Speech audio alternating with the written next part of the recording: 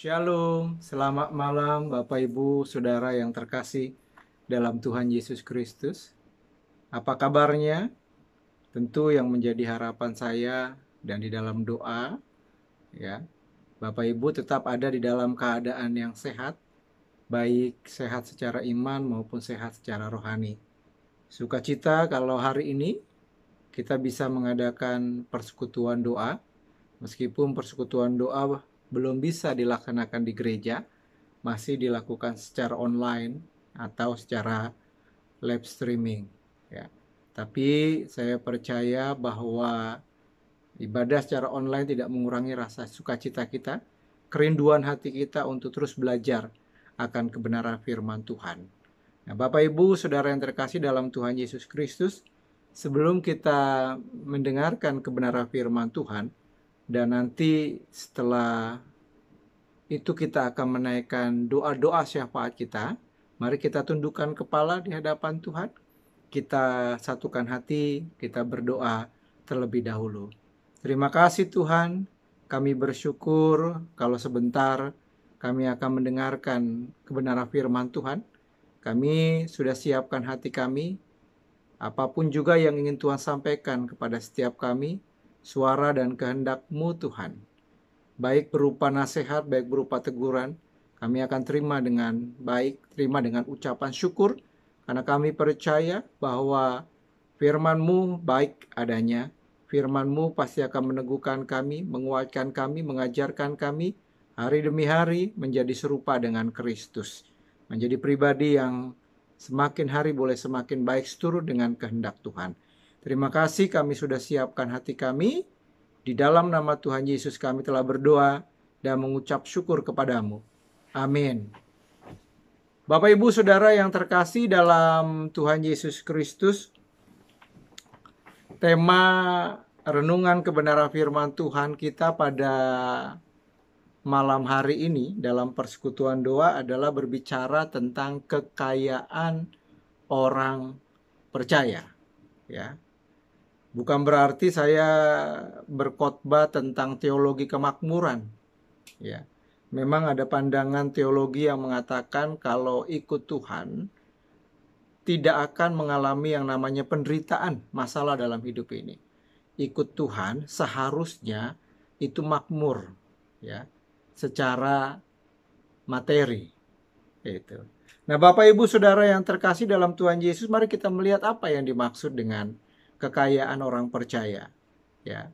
Saya berharap Bapak Ibu di rumah buka Alkitab, ya, supaya kita bisa memperhatikan secara detail bagian demi bagian firman Tuhan yang akan kita baca dan kita renungkan pada malam hari ini. Di dalam 1 Yohanes pasal 5 ayat 13 sampai dengan yang ke-21.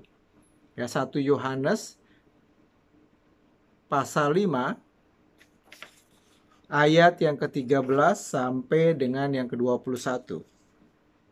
Saya akan bacakan untuk Bapak Ibu Saudara sekalian. Semuanya itu kutuliskan kepada kamu supaya kamu yang percaya kepada nama Anak Allah tahu bahwa kamu memiliki hidup yang kekal. Dan inilah keberanian percaya kita kepadanya, yaitu bahwa Ia mengabulkan doa kita jikalau kita meminta sesuatu kepadanya menurut kehendak-Nya. Dan jikalau kita tahu bahwa Ia mengabulkan apa saja yang kita minta, maka kita juga tahu bahwa kita telah memperoleh segala sesuatu yang telah kita minta kepadanya.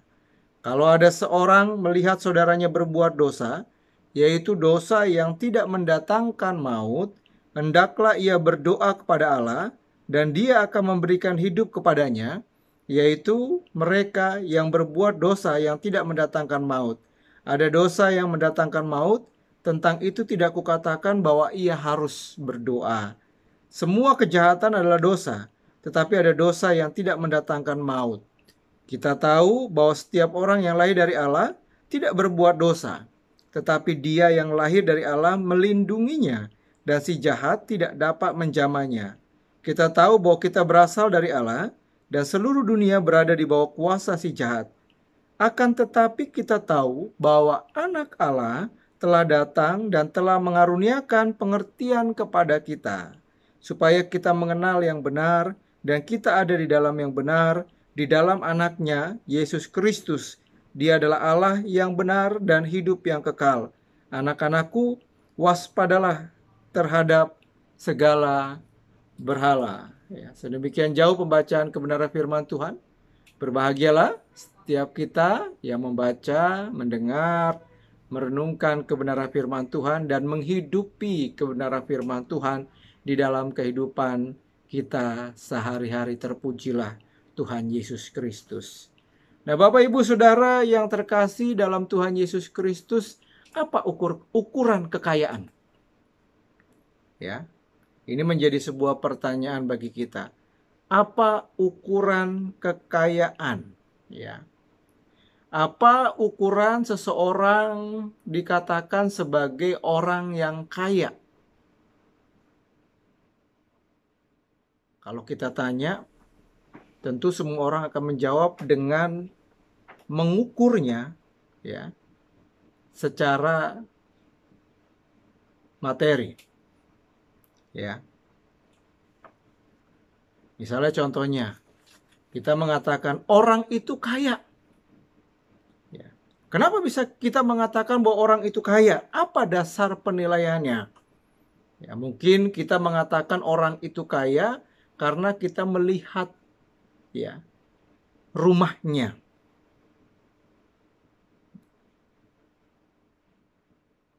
Mungkin rumahnya seperti istana. Ya. Rumah itu berdiri di lahan yang cukup luas. Rumah itu terlihat megah. Ya.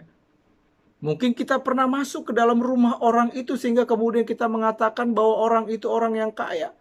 Mungkin kita melihat di dalam rumah itu jumlah kamarnya cukup banyak. Ya. Interior di dalam rumah itu bernilai tinggi. Semua barang-barang yang ada di dalam rumah itu bukan barang-barang murahan. Ya. Sehingga kemudian kita mengatakan bahwa orang itu dengan rumah yang dimiliki, ya, kita mengatakan bahwa orang itu adalah orang yang kaya. Ya. Mungkin kita mengatakan bahwa orang itu kaya bukan hanya melihat rumahnya. Kita melihat juga garasi yang ada di rumah itu. Berjejer beberapa mobil ada di dalam garasi rumah itu.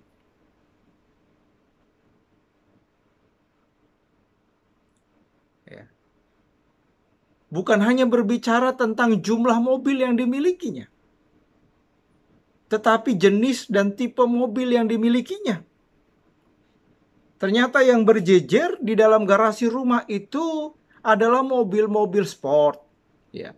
Mobil-mobil yang terkenal harganya fantastis.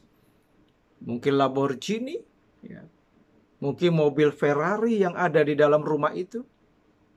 Mercedes-Benz dan sebagainya. Sehingga pantas kemudian, ya, dengan ukuran yang dimilikinya, kita mengatakan bahwa orang itu adalah orang yang kaya. Belum lagi kemudian kita mengatakan orang itu kaya dilihat dari penampilannya. Kacamata yang dipakainya itu kacamata yang branded. Bukan kacamata yang harganya 200.000, mungkin 500.000. Kacamata yang terkenal, ya, dengan branded tertentu yang hanya bisa dipakai oleh orang-orang kaya, yang dimiliki oleh orang-orang kaya, mungkin harganya puluhan juta. Belum lagi ketika kita lihat tangannya. Dia memakai cincin, dia memakai jam tangan yang merek-merek yang hanya bisa dimiliki oleh orang-orang kaya. Belum lagi kita lihat sepatunya, ya, dan sebagainya. Saudara, secara ukuran dunia ketika kita mengatakan bahwa orang itu kaya dengan ukuran-ukuran yang disebutkan tadi, ya, mungkin ketika melihat rumahnya, melihat kendaraan yang dipakai, kemudian segala aksesoris yang dikenakan dikenakan pada tubuhnya, saudara, pantas dan wajar dan sah-sah saja kalau kemudian kita mengatakan orang itu adalah orang yang kaya. Ya. Alkitab pun mengatakan tentang kekayaan. Ya. Kita bisa menemukan ada begitu banyak yang tercatat di dalam Alkitab adalah orang-orang yang kaya. Ayub adalah orang yang kaya. Salomo adalah orang yang kaya.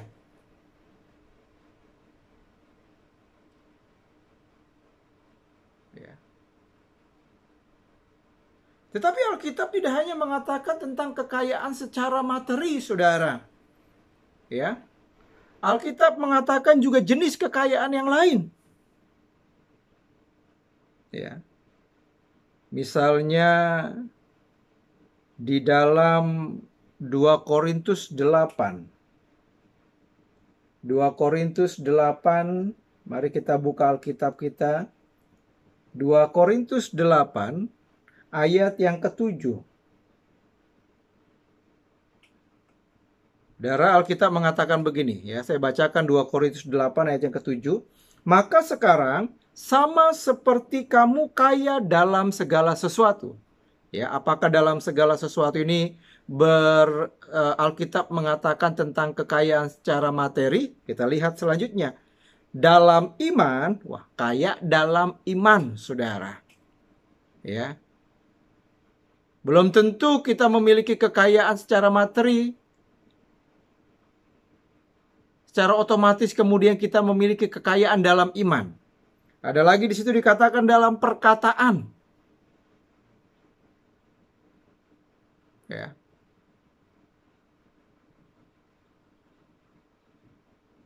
Tidak sedikit orang yang kaya perkataannya pedas. Saudara. Kemudian kaya dalam pengetahuan di situ dikatakan. Dalam kesungguhan untuk membantu. Kaya dalam membantu. Dan dalam kasihmu terhadap kami. Demikianlah juga hendaknya kamu kaya dalam pelayanan kasih. Ada kata kaya dalam pelayanan kasih. Saudara. Alangkah luar biasanya dalam hidup ini. Ya, kalau kita memiliki kekayaan secara materi, tetapi juga kita memiliki kekayaan-kekayaan yang disebutkan di dalam 2 Korintus pasal yang ke-8 ayat yang ke-7. Kita memiliki kekayaan iman, kita memiliki kekayaan dalam perkataan, kita memiliki kekayaan dalam pengetahuan, kita memiliki kekayaan dalam pelayanan kasih. Saudara, ya. Belum lagi Alkitab mengatakan apa yang dimaksud dengan kekayaan dalam perkataan. Kolose 3 ayat yang ke-16. Mari Bapak Ibu kita lihat Kolose 3 ayat yang ke-16. Ya. Kolose 3 ayat 16. Ya, saya bacakan untuk Bapak Ibu Saudara sekalian. Hendaklah perkataan Kristus diam dengan segala kekayaannya di antara kamu, sehingga kamu dengan segala hikmat mengajar. Ini perkataan Kristus diam di dalam perkataan kita. Ya, seharusnya perkataan orang percaya itu sama dengan perkataan Tuhan. Tuhan Kristus, Tuhan Yesus dikatakan. Perkataannya adalah dikatakan, sehingga kamu dengan segala hikmat mengajar. Perkataan yang mengajar, saudara. Bukan perkataan yang menghajar. Ya. Kemudian perkataan di situ dikatakan hikmat mengajar dan menegur seorang akan yang lain, saudara. Perkataan yang menegur. Ya. Kalau ada orang yang di depan mata kita salah, apakah kita diam saja atau menegur? Ya, orang yang kaya dalam perkataan ketika melihat ada yang salah di depan matanya, ya harusnya dikatakan perkataan itu menegur, bukan menjatuhkan. Ya, lebih bagus menegur dikatakan. Sahabat yang baik adalah sahabat yang mau menegur. bukan melihat kemudian menjadi omongan di belakang. Ya. Kemudian dikatakan sambil menyanyikan mazmur dan puji-pujian dan nyanyian rohani. Nah, ini perkataan. Orang yang kaya dalam perkataan itu, perkataannya selalu memuji Tuhan. Dan dikatakan, kamu mengucap syukur kepada Allah. Ya, orang yang kaya dalam perkataan itu selalu mengucap syukur kepada Allah. Nggak pernah mengeluh dalam mulutnya. Tapi yang keluar selalu ucapan syukur, bersyukur kepada Tuhan. Ini kekayaan-kekayaan yang lain yang dikatakan oleh kebenaran firman Tuhan. Ya. Kalau tentang kaya dalam pelayanan kasih, kita bisa belajar dari satu jemaat yang namanya Jemaat Makedonia. Di dalam 2 Korintus pasal yang ke-8 ayat 1 sampai dengan yang kedua dikatakan, meskipun mereka adalah jemaat yang miskin, meskipun mereka secara materi mereka miskin, tetapi sesungguhnya mereka adalah orang yang kaya dalam pelayanan kasih. Banyak orang yang kaya tetapi tidak memiliki kemurahan hati dalam hidupnya. Ya, tapi orang jemaat Makedonia miskin secara materi, mereka nggak punya apa-apa, mereka menderita. Tapi mereka masih mau membantu orang lain di tengah-tengah penderitaannya. Ya. Nah, Bapak Ibu Saudara yang terkasih dalam Tuhan Yesus Kristus, mari kita kembali ke dalam 1 Yohanes pasal yang ke-5 ayat yang ke-13 sampai dengan yang ke-21, ya. Mari kita melihat kekayaan yang dimiliki oleh orang percaya. Bagian ini tidak berbicara tentang kekayaan materi yang dimiliki oleh orang percaya, ya. Tapi bagian ini ingin mengatakan bahwa orang percaya itu memiliki kekayaan yang berbeda. Saudara, kekayaan yang sejati dalam hidupnya. Apa yang dimaksud dengan kekayaan yang sejati dalam hidup orang percaya? Yang pertama dikatakan bahwa orang yang percaya memiliki hidup yang kekal.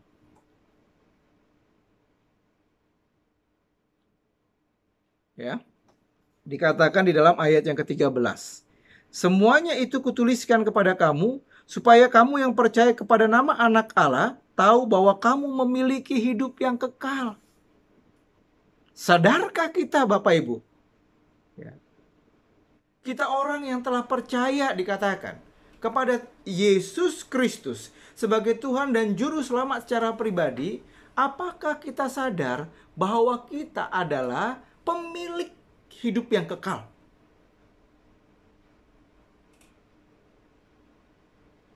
Memiliki, saudara, hidup yang kekal. Ya, hidup yang kekal itu berbicara tentang keselamatan. Hidup yang kekal itu berbicara tentang sorga. Kalau dalam Efesus dikatakan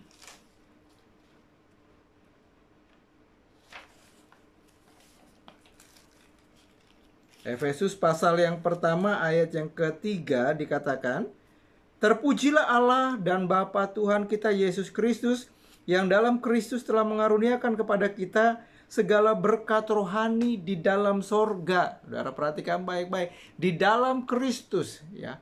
Karena Kristus, saudara, kita memperoleh berkat rohani di dalam sorga, saudara. Ya. Memperoleh. Ini menjadi sebuah garansi, ini menjadi sebuah jaminan, saudara, bahwa setiap orang yang percaya kepada Tuhan pasti memperoleh berkat rohani di dalam sorga.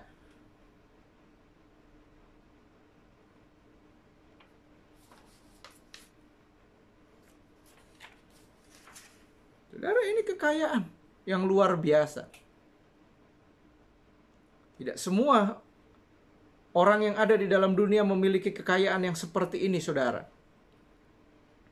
Ya. Sorga.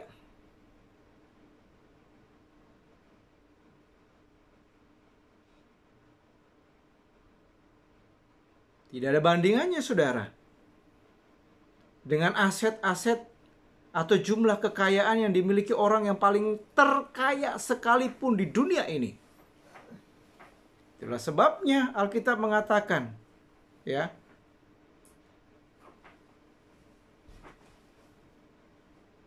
percuma kita memiliki semua harta di dunia ini, tapi kalau jiwa kita pada akhirnya kita tidak diselamatkan. Bersyukur kalau kita bisa dipercaya Tuhan untuk memiliki harta di dalam dunia ini. Dan kemudian di dalam dunia ini, ya, kita percaya kepada Tuhan.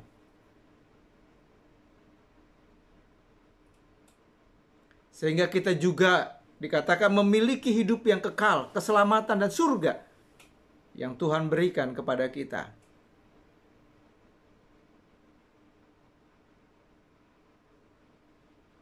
Saudara, Lukas pasal yang ke-16 yang mencatat tentang dua orang, ya, dikatakan ada orang kaya, ada Lazarus yang miskin, ya, dua-duanya mati.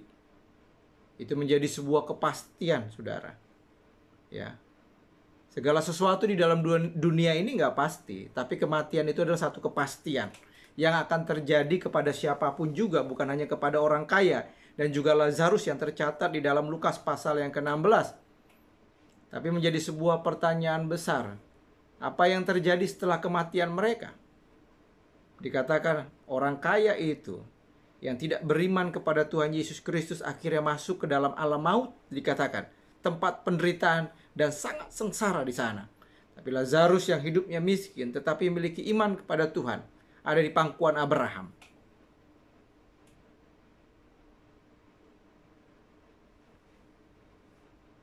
Saudara, ini kekayaan yang sejati yang dimiliki oleh orang percaya, saudara, ya, yang tidak ternilai. Segala sesuatu dijual di dunia ini pun tidak bisa membeli surga, karena surga tidak ternilai harganya, saudara.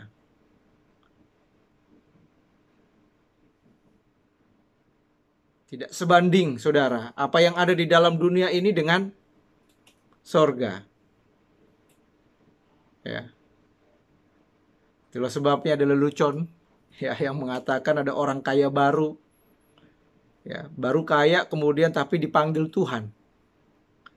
Kemudian dia bawa semua kekayaannya, emasnya, kemudian dibawa mati. Sampai pintu surga, kemudian ditanya malaikat, apa yang kamu bawa? Oh, dengan bangganya, saya adalah orang kaya, saya mau bawa ke surga emas saya. Tapi kemudian malaikat berkata, katanya ini hanya lelucon, ya, malaikat penjaga surga kemudian mengatakan, nggak perlu itu semua, ya, kekayaan itu nggak bernilai, emas itu nggak bernilai di sini. Apalagi kalau kita melihat gambaran tentang Yerusalem baru, ya, itu gerbangnya, dindingnya, lantainya, ya, itu terbuat dari batu-batu permata yang mungkin selama hidup kita nggak pernah lihat di dalam dunia ini, ya. Nah, saudara, itu kekayaan orang percaya, saudara, memiliki hidup yang kekal. Kemudian yang kedua adalah kekayaan orang percaya adalah dikatakan berbicara tentang doa, mengabulkan doa kita, ya. Allah mengabulkan doa kita. Nah, ini kekayaan yang luar biasa, saudara.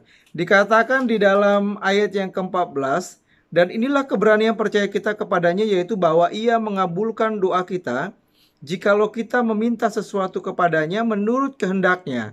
Dan jikalau kita tahu bahwa ia mengabulkan apa saja yang kita minta, maka kita juga tahu bahwa kita telah memperoleh segala sesuatu yang telah kita minta kepadanya. Bapak Ibu hati-hati, ya, dalam menangkap pesan firman Tuhan dalam bagian ini. Ya, juga bagi kita para hamba Tuhan juga menyampaikan kebenaran firman Tuhan ini. Ya, kita klaim bagian firman Tuhan ini dengan sembarangan. Oh, kalau begitu, kalau kita doa, kita minta apa saja pasti dikabulkan. Ya, saudara perhatikan. Ya. Alkitab mencatat ada dua hal. Ya, setidaknya ada dua hal. Ya. Mungkin ada beberapa hal yang lain, saudara. Tapi saya mencatat setidaknya ada dua hal yang pasti doa kita tidak dijawab Tuhan. Ya. Yang pertama, kalau apa yang kita minta tidak sesuai dengan kehendaknya. Ya. Kalau apa yang kita minta, kita paksakan keinginan kita, kehendaknya kepada Allah. Ayat yang ke-14 dikatakan, dan inilah keberanian percaya kita kepadanya, yaitu bahwa ia mengabulkan doa kita jikalau kita meminta sesuatu kepadanya menurut kehendaknya. Apa yang kita minta itu seturut dengan kehendak Tuhan. Bapak Ibu belajar dari Tuhan Yesus ketika dia berdoa di Taman Getsemani, dia berkata meskipun dia meminta, jikalau Bapak, jikalau cawan ini berlalu daripadaku. Ya, penderitaan ini berlalu daripadaku. Tetapi Tuhan mengatakan, bukan kehendakku yang jadi, tapi kehendakmu yang jadi. Ya, itu. Dan ternyata Allah tidak menjawab doa Tuhan Yesus. Ya. Justru yang terjadi adalah Tuhan Yesus pada akhirnya harus melalui cawan itu. Ya, harus disalibkan. Ya, tetapi lihat, ya, Tuhan Yesus kuat. Allah memberikan kekuatan kepadanya. Ya, Bapa memberikan kekuatan kepadanya untuk menghadapi cawan itu. Dan Tuhan Yesus kemudian setelah berdoa mendapatkan kekuatan untuk menghadapi itu. Yang tadinya ketika dia berdoa, saudara, seperti peluh dikatakan. Ya. Mengalami ketakutan karena dia tahu dia harus melalui penderitaan yang teramat sangat sampai kemudian dia harus disalibkan. Tapi ketika dia sudah berdoa dan Tuhan tidak menjawab, meluputkan dari cawan itu, dia harus menghadapi itu. Bapa memberikan kekuatan kepadanya, dan kemudian Tuhan Yesus dengan kekuatan, dengan keberanian, ya, dengan kekuatan yang diberikan Bapa kepadanya, sanggup untuk menghadapi yang namanya cawan itu, melalui penderitaan bahkan sampai kayu mati, kayu salib untuk menebus dosa kita. Saudara, apa yang bisa kita pelajari? Jangan berdoa kepada Tuhan supaya hidup kita nggak punya masalah. Ketika kita ada di dalam dunia ini, masalah itu seperti saudara kepada saudara bagi kita. Ya. Masalah itu pasti ada. Tetapi ketika kita berdoa, hendaklah kita meminta kekuatan kepada Tuhan untuk menghadapi setiap pergumulan, permasalahan yang terjadi dalam kehidupan kita. Ya. Doa kita nggak akan dijawab Tuhan kalau tidak sesuai dengan kehendaknya. Ya. Yang kedua, saudara, doa kita nggak akan dijawab Tuhan kalau apa yang kita doakan, apa yang kita minta itu untuk memuaskan hawa nafsu kita. Ya, coba kita lihat di dalam Yakobus pasal yang keempat.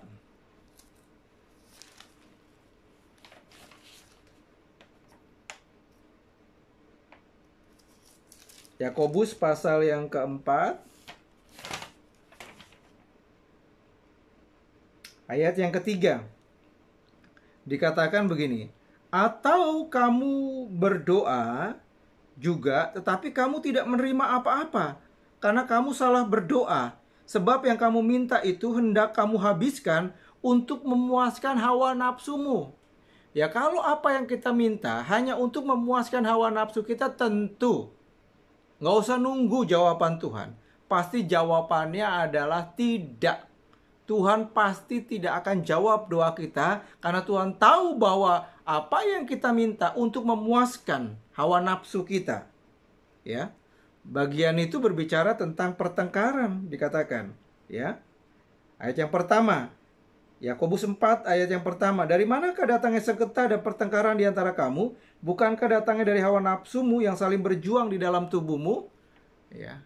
Jangan-jangan kita berdoa untuk hawa nafsu kita, ya, untuk kita bisa menang lawan musuh kita. Ya. Tuhan berikan kekuatan kepada saya, ya, untuk saya bisa menang terhadap musuh saya. Tuhan berikan kekuatan kepada saya untuk bisa saya membalas dendam terhadap musuh saya. Ya, kalau itu isi pesan atau isi doa kita, ya nggak mungkin Tuhan menjawab. Ya, Nah, Bapak Ibu Saudara yang terkasih dalam Tuhan Yesus Kristus, ini kekayaan. Ya. Sehingga jangan khawatir dalam hidup ini. Tuhan memperhatikan pergumulan kita. Ya. Ketika kita berseru berdoa, ya, Allah akan mengabulkan doa kita. Ada garansi, ada jaminan, ya, dari Tuhan. Ya. Itu untuk setiap doa yang kita sampaikan kepada Tuhan. Ya. Yang terakhir saudara, ya, kekayaan orang percaya yang tadi memiliki memiliki hidup yang kekal, kemudian Allah mengabulkan doa kita. Yang ketiga adalah kekayaan orang percaya adalah Yesus itu sendiri. Itu kekayaan yang sejati, saudara. Itulah sebabnya dalam khotbah pada hari Minggu saya sampaikan bahwa saya pernah mendengar ada seorang pengkhotbah yang mengatakan Yesus adalah segala-galanya. Ya. Punya Yesus, punya segala-galanya, saudara. Ya. Memang kekayaan yang sejati bagi orang percaya ketika kita percaya kepada Tuhan Yesus itu sendiri. Itu artinya bahwa Yesuslah kekayaan yang sejati dalam kehidupan orang percaya. Ya. Alkitab mengatakan tanpa Yesus kita tidak bisa berbuat apa-apa. Saudara. Ya. Ayat yang ke-20 dikatakan, akan tetapi kita tahu bahwa anak Allah telah datang dan telah mengaruniakan pengertian kepada kita supaya kita mengenal yang benar, saudara. Kekayaan yang sejati adalah ketika kita mengenal yang benar, saudara. Di situ dikatakan, dan kita ada di dalam yang benar, di dalam anaknya Yesus Kristus. Kekayaan yang benar itu ada di dalam Kristus Yesus. Pengenalan tentang sesuatu yang benar itu adalah ketika kita mengenal Kristus Yesus dikatakan. Dan kita hidup di dalam Kristus Yesus dikatakan. Dia adalah Allah yang benar dan hidup yang kekal. Saudara, ini kekayaan yang sejati, saudara. Saudara, dalam dunia ini, saudara sudah memiliki kekayaan yang sejati. Bahkan nanti ketika kita mati dipanggil Tuhan pun, setelah itu pun kita memiliki kekayaan sejati. Karena kekayaan sejati itu ada pada diri Tuhan Yesus Kristus. Dan kita percaya Tuhan Yesus sehingga kita adalah orang-orang yang memiliki kekayaan yang sejati dalam hidup ini. Karena kekayaan sejati itu adalah Kristus itu sendiri. Ya. Bapak Ibu Saudara yang terkasih dalam Tuhan Yesus, inilah kekayaan orang percaya. Ya. Yang perlu kita pahami dan perlu kita mengerti. Ya. Dan kita imani, kita amini dalam kehidupan kita sebagai orang-orang yang percaya kepada Tuhan. Amin. Mari Bapak Ibu kita masuk ke dalam doa-doa syafaat kita. Ya. Mari kita persiapkan hati, kita minta ampun dulu di hadapan Tuhan. Ya, untuk kita bisa dilayakkan menjadi pendoa syafaat pada malam hari ini. Ya, mari kita tundukkan kepala, kita minta pengampunan Tuhan.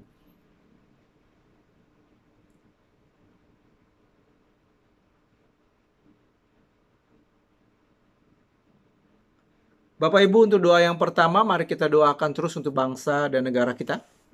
Ya, kita doakan para pemimpin bangsa dan negara kita. Kita doakan untuk persatuan dan kesatuan tetap terjaga baik. Ya, di atas kebinekaan, ya, Bhinneka Tunggal Ika yang ada di bangsa kita, berbeda-beda, ya, tetapi tetap satu. Ya. Kita berdoa juga untuk pandemi yang juga melanda bangsa dan negara kita supaya cepat berakhir.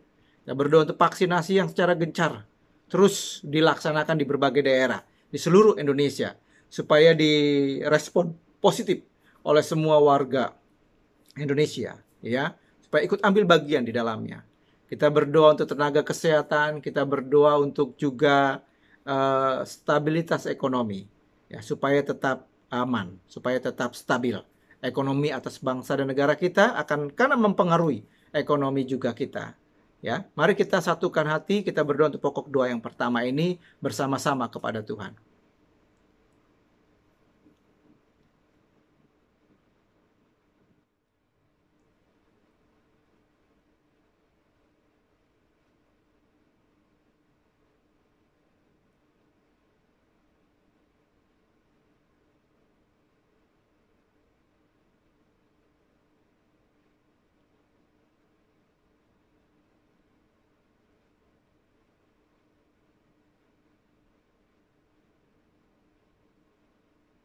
Yang kedua, Bapak Ibu, kita berdoa untuk gereja kita, GKPI Bajem Geria Permata. Kita doakan untuk para hamba-hamba Tuhan yang melayani. Ya, kita doakan juga untuk guru-guru sekolah minggu. Ya, kita doakan juga untuk para pengerja. Ya, kita doakan juga para pemimpin, pengurus gereja, diaken, ya, supaya sehati, sepikir dalam melaksanakan tanggung jawab pelayanan di GKPI Bajem Geria Permata. Doakan kesehatan mereka. Kita doakan juga semua ibadah yang terselenggara di GKPI Bajem Geria Permata, baik tengah minggu, ya seperti sekarang persekutuan doa dan juga mungkin pemahaman Alkitab. Kita doakan untuk hari Jumat Pemuda. Ya, kita doakan untuk hari Minggu, ibadah umum dan juga sekolah minggu. Ya. Kita juga berdoa untuk pertumbuhan iman rohani setiap umat Tuhan. Ya, biarlah pandemi tidak membuat iman kita menjadi luntur, menjadi goyah, tapi justru menjadi kuat, ya. Itu. Karena di dalam Tuhan selalu ada pengharapan. Ya, mari kita berdoa untuk pokok-pokok doa ini bersama-sama, kita satu dalam doa.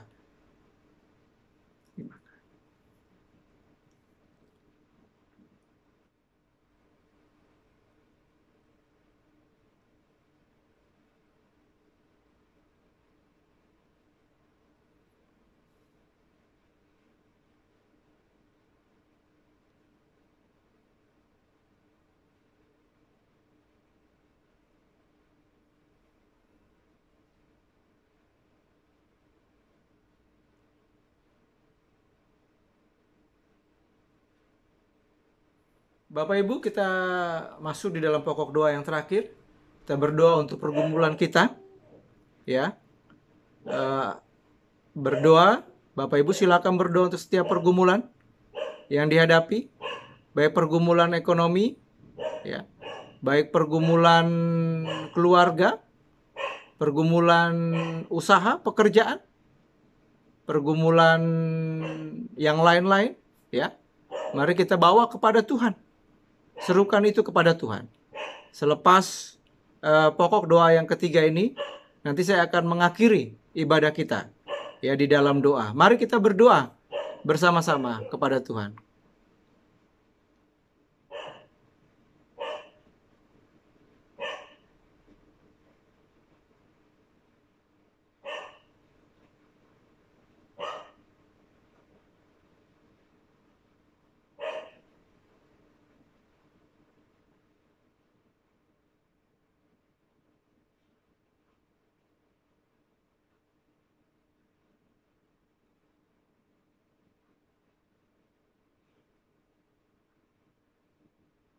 Terima kasih Tuhan, kami bersyukur. Kami menyerahkan setiap seru doa kami kepada Tuhan. Kami imani, kami amini bahwa apa yang menjadi pergumulan kami Tuhan dengar. Dan kami percaya bahwa Tuhan akan mengabulkan seturut dengan kehendak dan waktu Tuhan. Terima kasih juga karena Tuhan sudah pimpin jalannya ibadah persekutuan doa dari awal, pertengahan hingga akhir. Kami bersyukur untuk setiap umat yang dengan setia beribadah. Tuhan berkati kehidupan mereka. Biarlah kami tidak perlu khawatir tentang apapun juga, karena kami imani, kami yakini bahwa Allah Immanuel akan terus menyertai kehidupan kita. Itulah sebabnya, Bapak Ibu Saudara yang terkasih dalam Tuhan Yesus Kristus, arahkanlah hatimu dan terimalah berkat yang daripada Tuhan. Biarlah berkat di dalam Allah Bapa, Sang Pencipta langit dan bumi dan Pencipta kita. Kasih karunia dan anugerah yang sempurna dari Tuhan Yesus Kristus, pimpinan, penghiburan, dan pertolongan dari Allah Roh Kudus akan terus memberkati kehidupan kita mulai malam hari ini sampai Maranatha. Yesus datang untuk kali yang kedua, menjemput kita sebagai saleh-salehnya. Yang percaya sama-sama katakan, amin. Bapak Ibu terima kasih untuk tetap setia mengikuti persekutuan doa. Ya, tetap jaga kesehatan, protokol kesehatan. Ya, dan shalom, selamat malam. Tuhan Yesus memberkati kita semua. Amin.